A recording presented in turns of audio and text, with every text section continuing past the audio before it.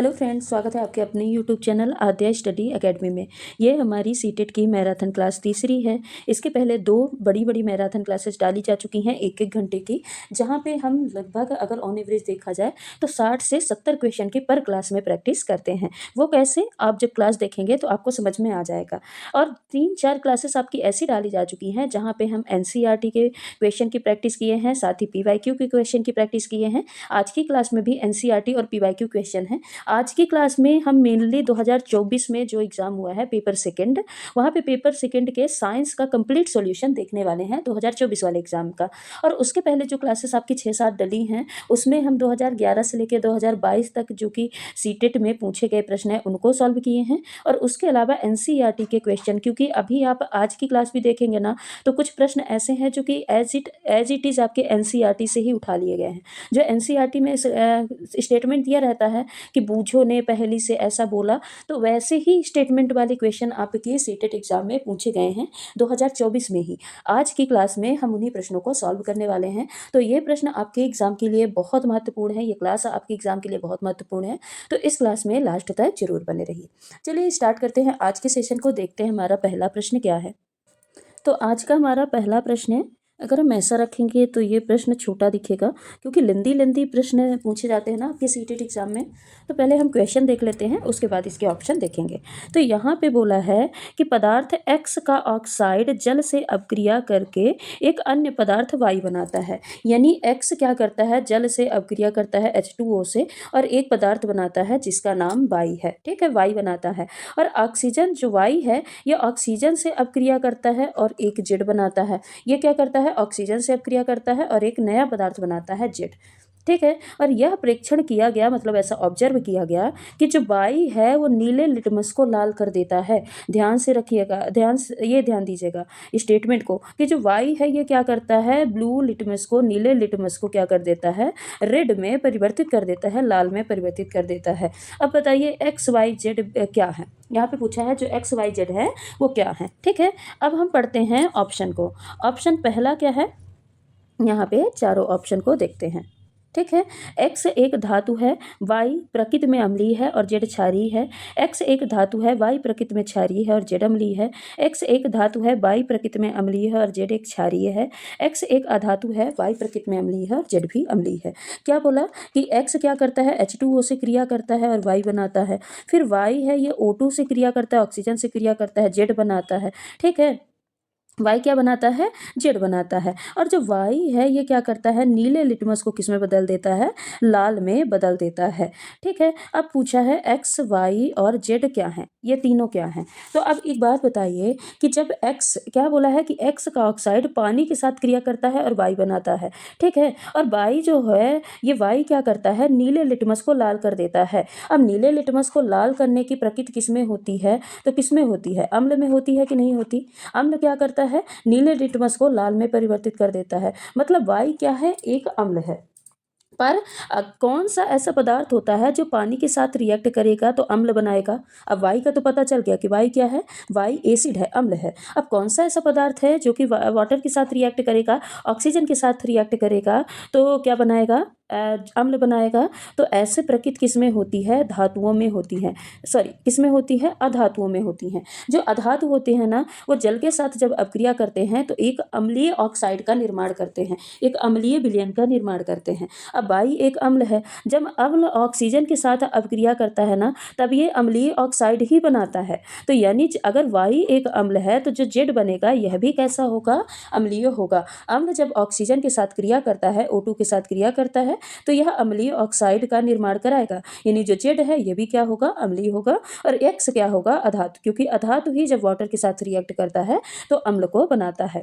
ठीक है, अब यहाँ पे हम अधातु का कैसे अंदाजा लगाए कि यह अधातु होगा, क्योंकि यहाँ पे वाई के बारे में बता दिया ना कि वाई क्या है, वाई जो है उसको निरीक्षण किया गया तो ये पता चला कि नीले लिटमस को लाल कर देता है। और नीले लिटमस को लाल में परिवर्तित करने की क्षमता किसमें होती है, ऐसा कौन करता है, तो ऐसा कौन करता है, ऐसा एसिड करता है। अब जो अम्ल होता है ये जब ऑक्सीजन के साथ रिएक्ट करेगा तो यह अम्लीय ऑक्साइड का ही बनाएगा, इसलिए ये जेड को बनाता है तो जेड भी कैसा होगा, अम्लीय होगा।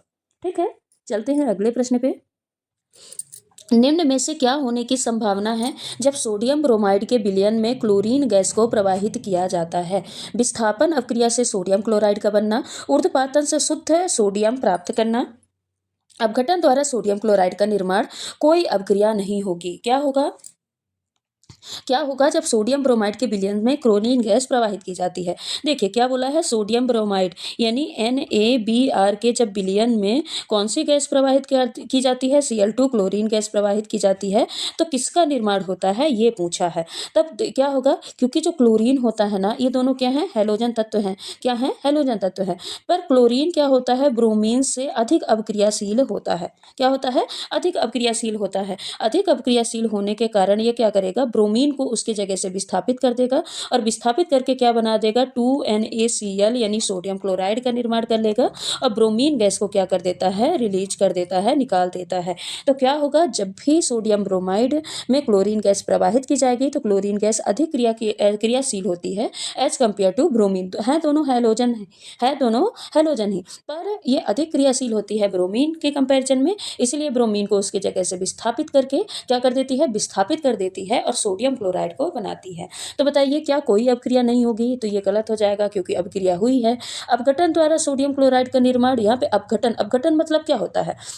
अपघटन मतलब होता है टूटना। तो यहाँ पे क्या टूट रहा है? यहाँ पे क्या कोई चीज़ टूट रही है? और टूटना मतलब क्या होता है कि AB कोई अभिकारक है, ये टूट के बनाया A+B। तो ये क्या कहलाएगा? ये तो क्या कहलाएगा? अपघटन। ये क्या कहलाएगा? अपघटन। तो क्या यहाँ पे अपघटन हो रहा है? यहाँ पे तो विस्थापन हो रहा है। ऊर्ध्वपातन तो कोई ये लेना ही देना नहीं है। तो आंसर क्या हो जाएगा? Option number first. क्या होगा? विस्थापन होगा। यहाँ पे क्लोरीन ब्रोमीन को विस्थापित कर दिया है और सोडियम क्लोराइड का फॉर्मेशन किया है। ठीक है, अगला प्रश्न है। ये भी प्रश्न आपका लेंदी है, तो पहले प्रश्न देखते हैं फिर ऑप्शन देखेंगे। बूझो, तांबे या कॉपर को, ये देखिए बूझो वाला आ गया ना, मैं बोली थी ना स्टार्ट में कि ऐसे बूझो और पहली वाले एज इट इज स्टेटमेंट वाले प्रश्न पूछे जाते हैं। ये आपके सीटेट के 2024 में ही आया हुआ प्रश्न है। यहाँ पे हम 2024 के प्रश्नों का सोल्यूशन कर रहे हैं। तो बूझो, तांबे या कॉपर के परिशुद्ध करने के लिए यानी उसको शुद्ध करने के लिए एक परिपथ बनाना चाहता है। निम्नलिखित में से किस इलेक्ट्रोड और विलयन को चुनना चाहिए? यहाँ पे पूछा है कि इलेक्ट्रोड कैसा होना चाहिए और विलयन कैसा होना चाहिए और किसका होना चाहिए। ठीक है, तो पहला ऑप्शन क्या है? पहला ऑप्शन है एनोड। पहला ऑप्शन क्या है? एनोड अशुद्ध और कैथोड शुद्ध। कॉपर विलयन, विलयन जल होना चाहिए। देखिए यहाँ पे क्या मेनली क्या बोला है कि एनोड अशुद्ध होना चाहिए, कैथोड शुद्ध होना चाहिए। तांबा कॉपर को आप ऐसे दिमाग में रखिए, वहाँ पे तांबा ऑब्लिक कॉपर की बात की गई है। ठीक है। तो अब यहाँ पे दूसरा ऑप्शन क्या है? एनोड में कार्बन होना चाहिए, कैथोड शुद्ध होना चाहिए और विलयन किसका होना चाहिए? कॉपर सल्फेट का होना चाहिए। एनोड अशुद्ध होना चाहिए, कैथोड शुद्ध होना चाहिए तांबे कॉपर का, और विलयन किसका होना चाहिए? कॉपर सल्फेट का होना चाहिए। एनोड शुद्ध होना चाहिए, मतलब एनोड में शुद्ध तांबा कॉपर होना चाहिए, कैथोड में अशुद्ध तांबा कॉपर होना चाहिए और विलयन किसका होना चाहिए? कॉपर सल्फेट का होना चाहिए। तो बताइए यहाँ पे क्या सही है? बूझो क्या करना चाहता है? एक परिपथ बनाना चाहता है जिसके तांबे और कॉपर को शुद्ध करने के लिए। तो उसमें इलेक्ट्रोड और विलयन कैसा होना चाहिए? इलेक्ट्रोड और विलयन कैसा होना चाहिए? तो देखिए इसमें क्या है कि जब तांबे का शुद्धिकरण किया जाता है ना, तांबे या कॉपर का जब शुद्धिकरण किया जाता है तो इस प्रक्रिया में अशुद्ध तांबे को एनोड के रूप में लिया जाता है। यानी एनोड कैसा होना चाहिए? एनोड में अशुद्ध तांबा होना चाहिए या अशुद्ध कॉपर होना चाहिए। ठीक है, और कैथोड के रूप में क्या लेता है? कैथोड के रूप में शुद्ध तांबा या कॉपर होना चाहिए। कैथोड के रूप में शुद्ध तांबा और कॉपर होना चाहिए। और विलयन कैसा होना चाहिए? विलयन होना चाहिए कॉपर सल्फेट का। किसका होना चाहिए? CuSO4 यानी कॉपर सल्फेट का होना चाहिए। तो जब इसका इलेक्ट्रोलाइसिस होता है यानी शुद्धिकरण जब होता है तो इसमें क्या होता है कि एनोड पर जो अशुद्ध तांबे होते हैं ना, ये जो अशुद्ध कॉपर होता है, ये क्या होता है? इसमें कॉपर सल्फेट का जो विलयन है इसमें क्या होता है? घुल जाता है। ठीक है, यहाँ पे जो अशुद्ध कॉपर है ये कॉपर सल्फेट के विलयन में घुल जाता है और जब घुल जाता है ना, और जाके जो शुद्ध तांबा है वो किसमें बैठ जाता है? कैथोड वाले रॉड में, कॉपर में बैठ जाता है। ठीक है, और जो अशुद्धि होती है ना, अशुद्धि या तो घोल में ही बनी रहेगी, यानी जो कॉपर सल्फेट का विलयन है इसी में बनी रहेगी, या तो फिर ये कीचड़ के रूप में क्या हो जाती है, निकल जाती है। कीचड़ के रूप में क्या करती है, निकल जाती है। तो कुल मिला के एनोड कैसा होना चाहिए, अशुद्ध कॉपर होना चाहिए। एनोड में कैसा होना चाहिए, अशुद्ध तांबा या कॉपर होना चाहिए। कैथोड में शुद्ध तांबा और कॉपर होना चाहिए ना। विलियन यहाँ पे जल दिया है, तो ऑप्शन नंबर फर्स्ट तो नहीं होगा, ऑप्शन नंबर फर्स्ट नहीं होगा। एनोड में अशुद्ध तांबा कॉपर, कैथोड में शुद्ध तांबा कॉपर, और विलयन कैसा होना चाहिए, विलयन कॉपर सल्फेट का होना चाहिए। विलयन कैसा होना चाहिए, कॉपर सल्फेट का होना चाहिए। तो ये हो जाएगा ऑप्शन नंबर 3 क्या हो जाएगा, हमारा आंसर हो जाएगा। ठीक है, चलते हैं अगले प्रश्न पे। रिक्त स्थान की पूर्ति कीजिए। वह प्रक्रम जिसके द्वारा मृत वनस्पति जीवाश्म ईंधन ए में दाब बी और तापमान सी पर परिवर्तित हो जाता है तो डी कहलाता है। यहाँ पे आपको कुल मिला के ए बी सी और डी के बारे में बताना है। ठीक है, वह प्रक्रम जिसके द्वारा मृत वनस्पति तथा जीवाश्म ईंधन ए में दाब बी और तापमान सी पर परिवर्तित हो जाता है तो डी कहलाता है। तो यहाँ पे ऑप्शन क्या है, ऑप्शन नंबर फर्स्ट है कोयला। ए की जगह पे क्या होगा, कोयला। बी की जगह पे उच्च, सी की जगह पे निम्न, डी की जगह पे उपचयन। या ए की जगह पे पेट्रोलियम, बी की जगह पे निम्न, सी की जगह पे उच्च और डी की जगह पे कार्बनीकरण। या ए की जगह पे प्राकृतिक गैस, बी की जगह पे उच्च, सी की जगह पे क्या होगा उच्च और डी की जगह पे उपचयन। या फिर चौथा क्या होगा, ए की जगह पे कोयला, बी की जगह पे उच्च, सी की जगह पे उच्च और डी की जगह पे क्या हो जाएगा, कार्बनीकरण होगा। तो क्या होगा बताइए। तो ये बोला है, वहाँ पे क्या बोला है कि मृत वनस्पति और जीवाश्म ईंधन। ठीक है, जैसे कि क्या होगा, मृत वनस्पति और जीवाश्म ईंधन को जब कोयले में बदलना होता है ना, कोयले में बदलने की प्रक्रिया में क्या होता है, दाब हमेशा कैसा होता है, दाब भी उच्च होता है। दाब भी क्या होता है, उच्च होता है। और ताप भी कैसा होता है, ताप भी हमेशा उच्च होता है। ठीक है, तो दाब भी उच्च होगा और ताप भी उच्च होगा। तो इस स्थिति में क्या होता है, जो जीवाश्म ईंधन है, वनस्पति है, वो किस में बदल जाती है, कोयले में बदल जाती है। और इस प्रक्रिया को क्या बोलते हैं, इस प्रक्रिया को बोला जाता है कार्बनीकरण। क्या बोला जाता है, कार्बनीकरण प्रक्रिया बोला जाता है। तो मतलब ए की जगह पे क्या आ जाएगा, कोयला आ जाएगा। ए की जगह पे क्या आ जाएगा, कोयला आ जाएगा। अब वनस्पति और जो जीवाश्म ईंधन है उनको कोयले में बदलने के लिए बी की जगह पे क्या आएगा, उच्च दाब होना चाहिए। और सी की जगह पे क्या आएगा, उच्च ताप होना चाहिए। तो ये वाला तो कैंसिल हो गया, ये पेट्रोलियम था, प्राकृतिक गैस था, ये तो पहले ही कैंसिल हो गया। तो यहाँ पे क्या आगे आएगा, कोयले, यानी जो वनस्पति और जीवाश्म ईंधन है उनको कोयले में बदलने के लिए उच्च तापमान चाहिए और उच्च क्या चाहिए, दाब चाहिए। और इस प्रक्रिया को क्या बोलते हैं, इस प्रक्रिया को कार्बनीकरण कहा जाता है। यह प्रोसेस क्या कहलाती है, यह प्रक्रिया कार्बनीकरण कहलाती है। अगला प्रश्न है, मृदा के एक नमूने को जल के साथ मिलाया गया जिसमें पीएच पात्र को, ये जो नमूना है इसने क्या किया, पीएच का जो पत्र है, पीएच पेपर है, उसको पीला नारंगी कर दिया। कैसे रंग का कर दिया, पीला नारंगी रंग में बदल दिया। निम्नलिखित में से कौन सा अब पीएच पत्र का रंग नीला कर देगा। यहाँ पे कुल मिला के ये पूछा है कि पीएच पत्र जो है, जो कि पीले नारंगी का है, पीले नारंगी कलर का है, उसको नीला कौन करेगा। नारंगी मतलब आप इसको हल्का रेड ही समझिए। तो लाल को नीला कौन करेगा, मिल्क ऑफ मैग्नीशिया करेगा, नींबू का रस करेगा, सिरका करेगा, या फिर साधारण नमक करेगा, कौन करेगा। तो देखिए आप इसको मतलब अपने बिल्कुल ईजिली समझिए, रिलैक्स होके, कि अगर एक एक आप प्रश्न को ही अच्छे से डिटेल से अच्छे से मन से पढ़ लेते हैं ना, तो आपको यहीं पे आंसर मिल जाएगा। उसने बोला कि हमने एक सॉइल सैंपल लिया, क्या लिया, सॉइल सैंपल लिया। ठीक है, अब इसने क्या किया, जो पीएच पेपर है उसको नारंगी रंग में बदल दिया, पीले नारंगी रंग में उसने क्या किया, बदल दिया। ठीक है, इससे ये समझ में आता है, अगर उसको रेडिश कलर में उसने बदल दिया तो इससे ये समझ में आता है कि जो घोल है, घोल कैसा है, एसिडिक नेचर का है। कैसा होगा, या तो एसिडिक नेचर का होगा, या तो अगर पीले नारंगी में प्योर नारंगी है तो कैसे नेचर का होगा, न्यूट्रल नेचर का होगा। यानी कैसा होगा, तटस्थ होगा, यानी न्यूट्रल नेचर का होगा। ठीक है, अब क्या बोला है कि पीएच पेपर को नीला करने के लिए कौन सा विलयन जरूरी, मतलब कौन सा पदार्थ जरूरी है। तो जो अगर कोई ऐसा कौन सा पदार्थ होता है जो कि पीएच को नीले में बदलता है, तो ऐसा क्या होता है, ऐसा हमेशा क्षार होता है। क्षार की प्रकृति क्या होती है, लाल पीएच, मतलब पीएच को किस में बदल देता है, पीएच को नीले कलर में बदल देता है। लिटमस पेपर को किस में बदलते हैं, नीले रंग में बदल देता है। यह किसकी प्रकृति होती है, क्षार की प्रकृति होती है।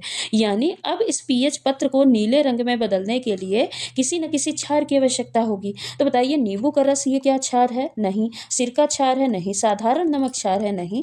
तो आंसर क्या आ जाएगा? Milk of magnesia. ये क्या आ जाएगा? मिल्क ऑफ मैग्नीशिया एक प्रकार का क्षार है। ये क्या करेगा? पीएच पत्र को नीले रंग में बदल देगा। ठीक है। देखिए इस क्वेश्चन का आंसर इसी क्वेश्चन में ही छिपा था। नीला, सिर्फ अगर आप इतना भी समझ जाइए ना कि नीला रंग कौन करेगा, अम्ल करेगा कि क्षार करेगा, तो 3 ऑप्शन तो वैसे भी इसको एलिमिनेट कर सकते हैं। एक ही ऑप्शन है बेस वाला। ठीक है। अगला प्रश्न है, निम्नलिखित में से कौन सा कथन किसी पुष्प के लैंगिक जनन की घटनाओं के क्रम के लिए सही है? क्या बोला है? कौन सा कथन किसी पुष्प में लैंगिक जनन की घटनाओं के क्रम के लिए सही है?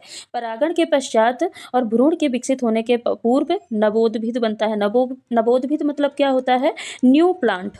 क्या है? न्यू प्लांट, जो नया नया प्लांट उगता है ना, उसके बारे में। तो क्या बोला है कि परागण के बाद पर भ्रूण के विकसित होने के पहले ही नया प्लांट बन जाता है। क्या ये सही है?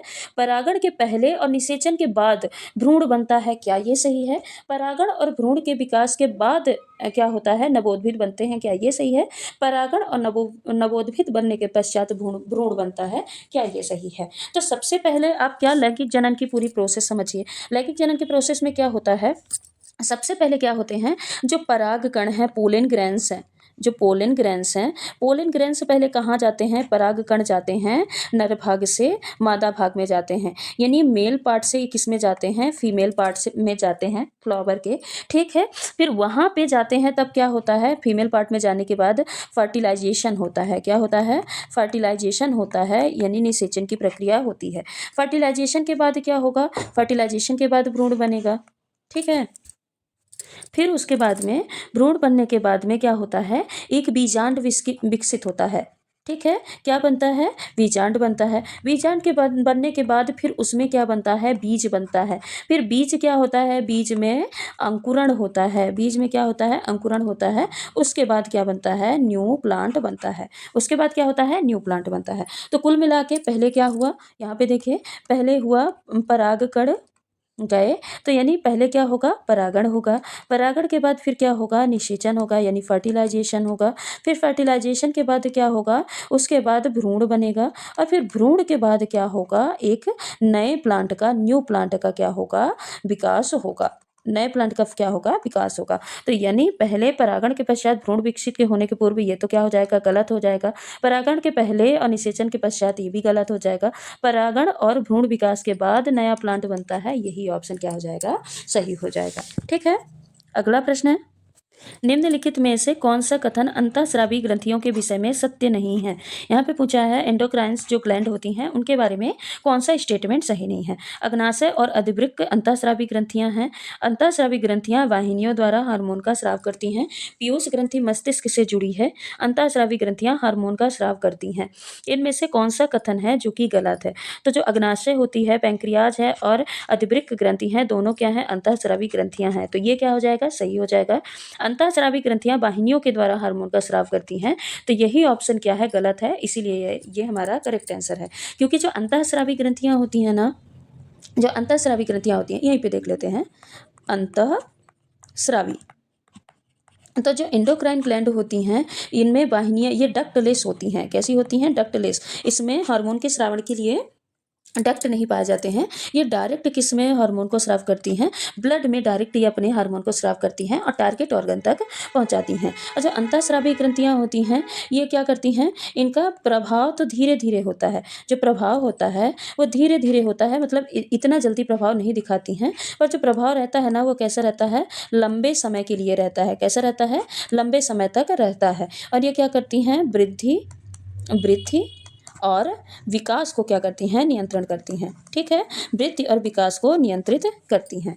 ठीक। और जो बाह्यस्रावी ग्रंथियां जो होती हैं, वो कैसी होती हैं? उनमें डक्ट पाया जाता है, उनमें नलिका पाई जाती हैं। वो जल्दी प्रभाव दिखाती हैं। जो प्रभाव होता है वो उनका जल्दी दिखता है, पर कम समय के लिए होता है। ठीक है। जल्दी प्रभाव दिखाती हैं पर कम समय के लिए होता है। बाकी पीयूष ग्रंथि मस्तिष्क से जुड़ी है, ये भी सही है। और अंतःस्रावी ग्रंथियां हार्मोन का स्राव करती हैं, ये भी सही है।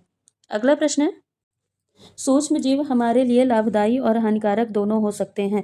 निम्नलिखित में से कौन सा लाभदायी व्यवहार सूक्ष्म जीव द्वारा नहीं किया जाता? जैविक अपशिष्टों का अपघटन, मृदा की उर्वरता बढ़ाना, वृद्धि करना, घरों में भोज्य पदार्थों का परिरक्षण, औषधियाँ बनाना। तो यहाँ पे आंसर क्या हो जाएगा? जो सूक्ष्म जीव होते हैं ना, सूक्ष्म जीव क्या करते हैं? ये सूक्ष्म जीव जैविक अपशिष्टों का अपघटन करते हैं। बहुत सारे सूक्ष्म जीव हैं जो कि कार्बनिक अपशिष्टों को क्या करते हैं? उनको तोड़ते हैं। कार्बनिक जितने भी अपशिष्ट हैं उनको तोड़ते हैं, उनको विघटित करते हैं। साथ ही ये मृदा की उर्वरकता को बढ़ाते हैं, यानी मृदा को उपजाऊ बनाते हैं। ये भी सही है। औषधियाँ भी बनाने में बहुत सारी जो सूक्ष्म जीव हैं, माइक्रो ऑर्गेनिज्म हैं, वो औषधि बनाने में उपयोग किए जाते हैं। जो एंटीबायोटिक्स बनाई जाती हैं ना, बायोटिक्स जो बनाई जाती हैं वो सूक्ष्म जीवों के किण्वन के द्वारा ही बनाई जाती हैं। तो ये भी सही है। तो यहाँ पे आंसर क्या हो जाएगा? आंसर हो जाएगा घरों में भोज्य पदार्थों का परिरक्षण। ठीक है, जो परिरक्षण है, परिरक्षण के लिए सूक्ष्म जीवों का क्या किया जाता है? उपयोग नहीं किया जाता। जो आंसर है उसको मैं रेड पेन से टिक कर देती हूँ। ठीक है, ये क्या है?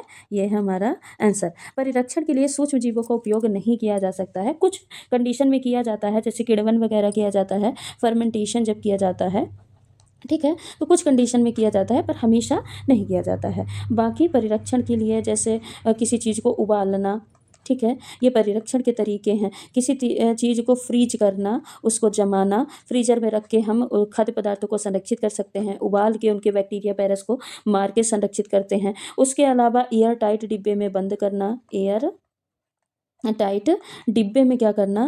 खाद्य पदार्थों को बंद करना। ये भी खाद्य पदार्थों को संरक्षित करने का एक तरीका है। बाकी सूक्ष्म जीवों के द्वारा खाद्य पदार्थों को संरक्षित नहीं किया जाता। तो यहाँ पे ऑप्शन नंबर 3 क्या हो जाएगा? करेक्ट आंसर हो जाएगा। अगला प्रश्न है, निम्नलिखित में से किसी मृदा की उर्वरकता को बढ़ाने की संभावना सबसे कम है? उर्वरकों को जैविक खाद्य द्वारा बदलना, दो फसलों के बीच खेत को बिना बोए छोड़ देना, प्रत्येक ऋतु में एकांतर विभिन्न फसलें उगाना, फसलों को बोते समय उसमें न्यूनतम दूरी बनाए रखना। तो यहाँ पे ये पूछा है कि 4 स्टेटमेंट यहाँ पे दिए हैं। पूछा है किसी मृदा की उर्वरकता को बढ़ाने की संभावना सबसे कम किस में है? मतलब कौन सा ऐसा काम है जिसको करेंगे तो मृदा जो है, मिट्टी की उर्वरकता नहीं बढ़ेगी।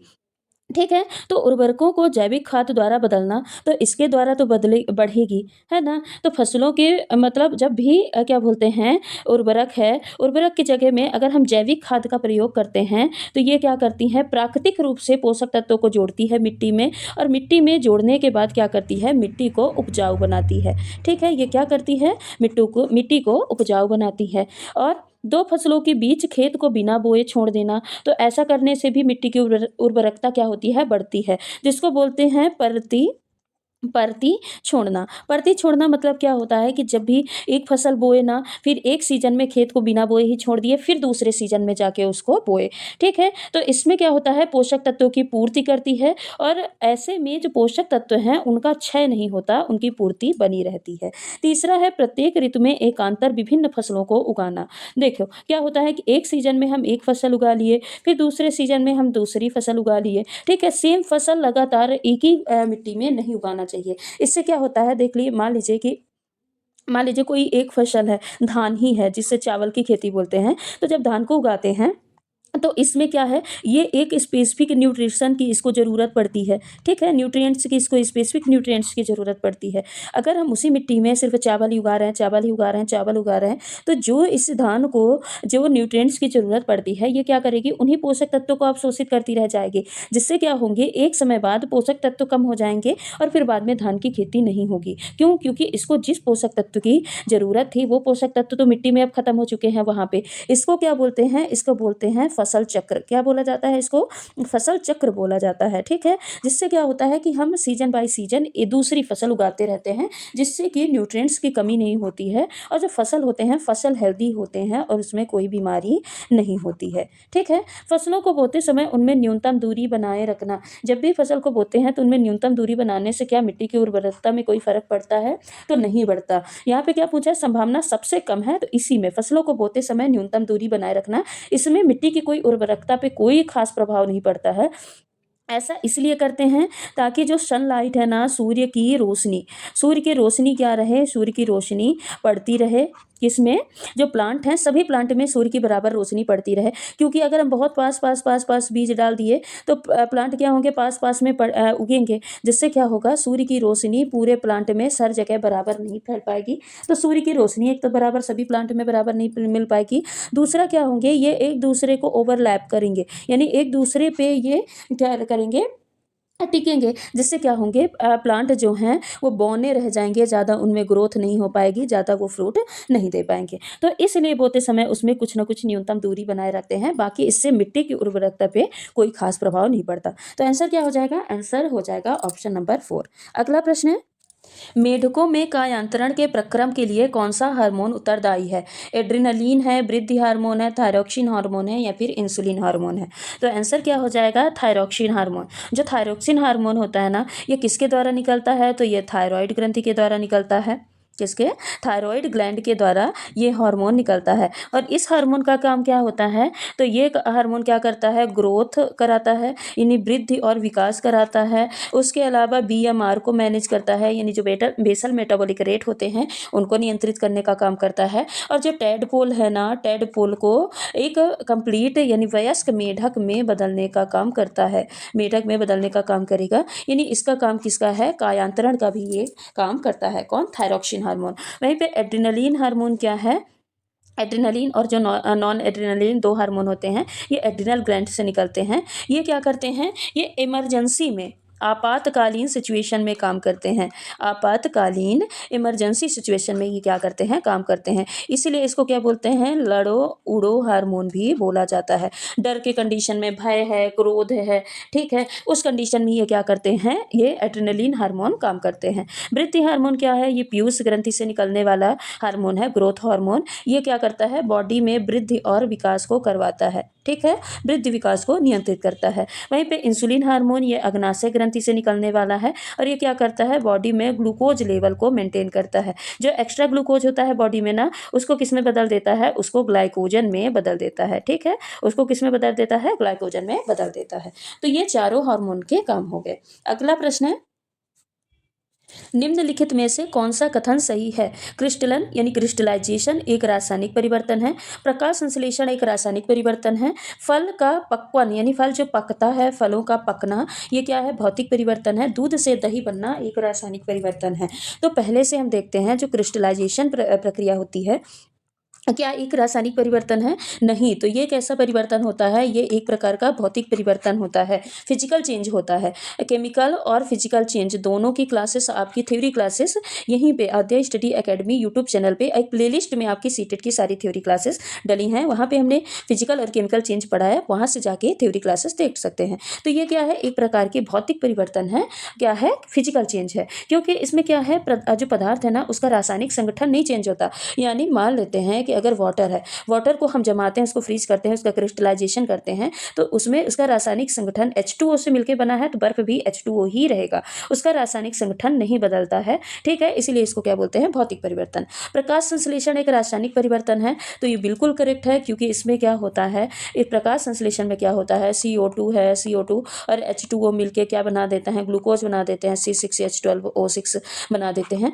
कुल मिला के इनमें क्या होता है, रासायनिक चेंजेस होता है, जिसके परिणामस्वरूप एक नया प्रोडक्ट बनता है। और जिस भी चीज़ में न्यू प्रोडक्ट बनेगा ना, नया उत्पाद बनेगा, वो क्या कहलाता है, वो एक प्रकार का रासायनिक परिवर्तन कहलाता है। फलों का पकना एक भौतिक परिवर्तन है, तो नहीं, ये भी क्या है, गलत है, ये भी क्या है, गलत है। क्यों फलों का पकना एक भौतिक परिवर्तन नहीं है? एक चीज़ और आपको याद रखना है, जो भौतिक परिवर्तन होता है ना, भौतिक परिवर्तन हमेशा कैसा होता है, रिवर्सिबल होता है। कैसा होता है, रिवर्सिबल होता है, यानी उसको हम वापस से पुराने अवस्था में ला सकते हैं। तो क्या बताइए, फल पकने के बाद वापस से कच्चे हो सकते हैं, नहीं हो सकते हैं। तो ये एक प्रकार का भौतिक परिवर्तन है। इसमें क्या होते हैं, इसमें क्या होता है, जो स्टार्च होता है ना फलों के पकने में, स्टार्च किस में चेंज हो जाता है, स्टार्च ग्लूकोज में बदल जाता है, ठीक है, स्टार्च ग्लूकोज में बदल के एक नया प्रोडक्ट का निर्माण करता है, इसलिए ये रासायनिक परिवर्तन है। दूध से दही बनना एक रासायनिक परिवर्तन है, तो ये भी क्या है, सही है। दूध से दही बनना क्या है, एक रासायनिक परिवर्तन है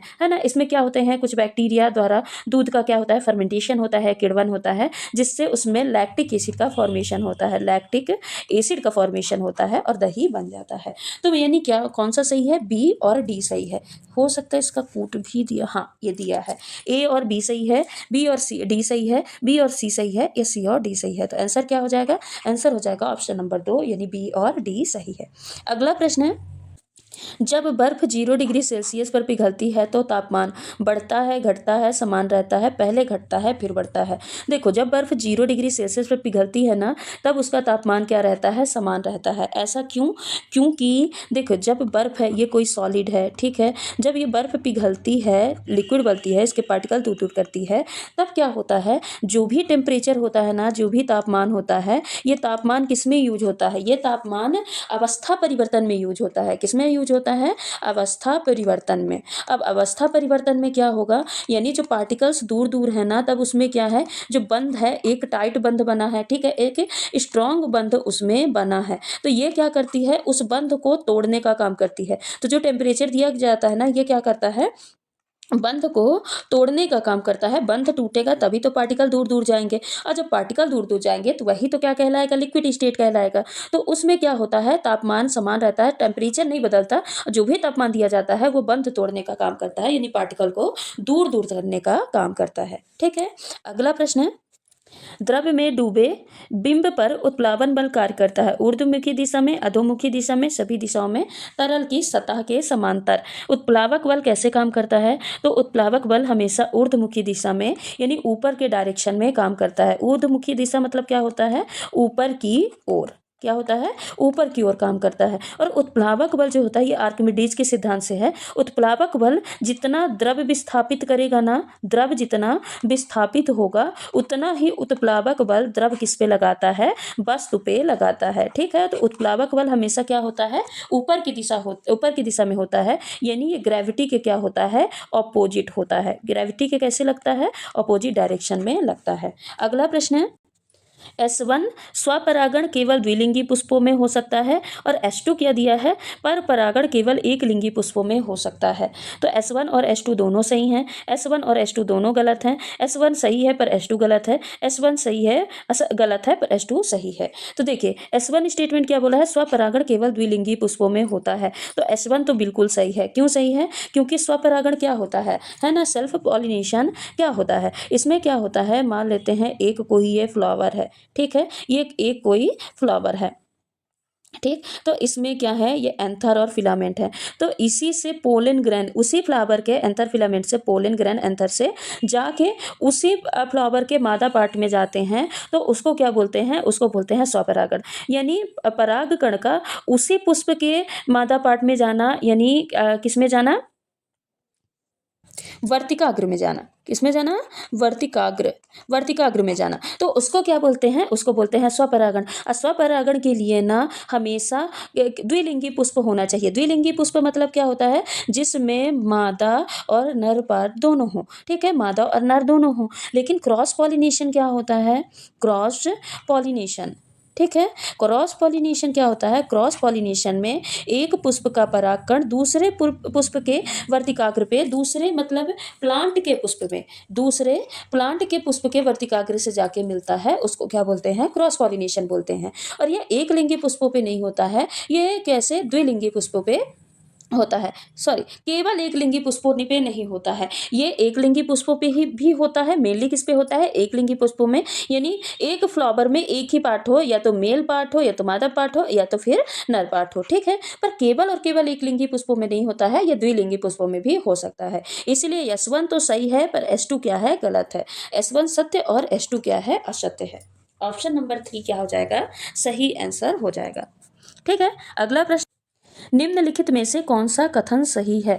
4 कथन यहाँ पे दिए हैं, चारों कथनों में बताना है कौन सा कथन सही है। निम्न जल धारक क्षमता वाली मृदा की कमजोर वातन तथा उच्च अंतःस्रावण दर होती है। एक तो आपको वातन समझ लीजिए, वातन समझ लीजिए, और एक क्या समझिए, कमजोर वातन तथा उच्च अंतःस्रावण, अंतःस्रावण यानी रिसाव, एक रिसाव समझ लीजिए, और दूसरा क्या समझिए, धारण क्षमता, धारण क्षमता, ठीक है।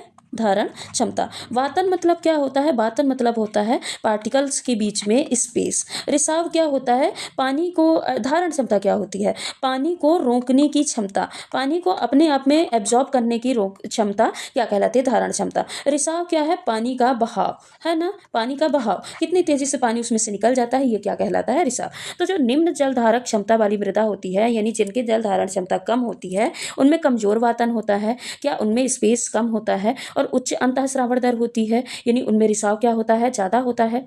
ठीक है, ये बताइए, निम्न जल धारक क्षमता वाली मृदा का उच्चतम वातन होता है तथा निम्न अंतःस्रावण दर होती है। निम्न जल धारक क्षमता वाली मृदा का कमजोर वातन तथा निम्न अंतःस्रावण दर होती है। निम्न जल धारक क्षमता वाली मृदा का उत्तम वातन तथा उच्च अंतःस्रावण दर होती है। ये आपका 2024 में ही पेपर 2 में पूछा गया साइंस का प्रश्न है। ऐसे ही लैंग्वेज में प्रश्न पूछे जाते हैं। तो बताइए इसका आंसर क्या हो जाएगा? आंसर हो जाएगा ऑप्शन नंबर 4, क्योंकि जो जिसका जल धारण क्षमता निम्न होगी, मतलब उसका क्या है? रिसाव बहुत ज्यादा है। रिसाव क्या होगा? उच्च होगा, यानी अंतःस्रावण दर उच्च होगी, और उच्च उसमें उच्च वातन भी होगा। ऐसे कि जैसे जो रेतीली मिट्टी होती है ना, रेतीली मिट्टी वो जल को कम धारण करती हैं, उनमें कम धारण क्षमता होती है, वाटर को कम एब्जॉर्ब करती हैं। क्यों? क्योंकि उनमें बहाव जो होता है वो ज्यादा होता है, और पार्टिकल के बीच में स्पेस जो होता है, स्पेस भी क्या होता है? ज्यादा होता है। तो आंसर क्या हो जाएगा? ऑप्शन नंबर 4 हो जाएगा। अगला प्रश्न है, जब प्रकाश की किरण ए माध्यम से बी माध्यम में प्रवेश करती है तब उसकी गति घट जाती है, आगे माध्यम सी में प्रवेश करने पर उसकी गति बढ़ जाती है, बताइए क्या होगा? तो सबसे पहले इसको यहीं पे समझ लेते हैं। ये क्या है? ए मीडियम, ये है बी माध्यम, और ये है सी माध्यम। देखिए, जो ये प्रकाश की गति है ना, ये अपवर्तनांक पे डिपेंड करती है। किस पे? अपवर्तनांक पे डिपेंड करती है। ठीक है, तो मान लेते हैं क्या है, ए का अपवर्तनांक क्या है? कम है। ठीक है, जब ये यहाँ पे बोला है कि जब ए माध्यम से बी में जाएगी तो प्रकाश की गति घट जाएगी। अब प्रकाश की गति कब घटती है? जब अपवर्तनांक ज्यादा होता है। तो यानी प्रकाश ए से बी में गया तो इसकी गति क्या हो गई? गति इसकी कम हो गई। जब गति कम हो गई तो मतलब इसका अपवर्तनांक क्या है? अपवर्तनांक इसका ज्यादा है। ठीक है, और जब बी से वो सी में गया तो इसकी गति फिर से ज्यादा हो गई। जब इसकी इधर गति की बात हो रही, तो जब गति इसकी फिर से ज्यादा हो गई, मतलब यहाँ पे इसका अपवर्तनांक क्या है? कम है। यानी जो अपवर्तनांक होता है और गति होती है, ये एक दूसरे के क्या होते हैं? विपरीत होते हैं। अपवर्तनांक ज्यादा तो गति कम। ठीक, ये ज्यादा, अपवर्तनांक ज्यादा तो गति कम, और अपवर्तनांक कम तो गति क्या हो जाएंगे? ज्यादा हो जाएंगे। ठीक है, तो कुल मिला के ये पता चला कि ए पे जो अपवर्तनांक था वो कम था, बी पे क्या था? अधिक था, और सी पे फिर कम था। तो कुल मिला के ये कह सकते हैं कि ए और सी पर जो अपवर्तनांक है, अपवर्तनांक किससे? बी से कम है। ठीक है, बी से क्या है? कम है। अब चलिए ऑप्शन पढ़ते हैं। ऑप्शन क्या दिया है? पहला ऑप्शन है कि ए का अपवर्तनांक बी और सी से अधिक है, गलत है। ए का अपवर्तनांक बी से कम है परंतु सी से के समान है, ऐसा नहीं कह सकते बिल्कुल। बस ये कह सकते हैं कि ए और सी का अपवर्तनांक बी से कम है। यहाँ पे ए और सी का कोई कंपैरिजन ही नहीं है, इसीलिए ये वाला ऑप्शन क्या होगा?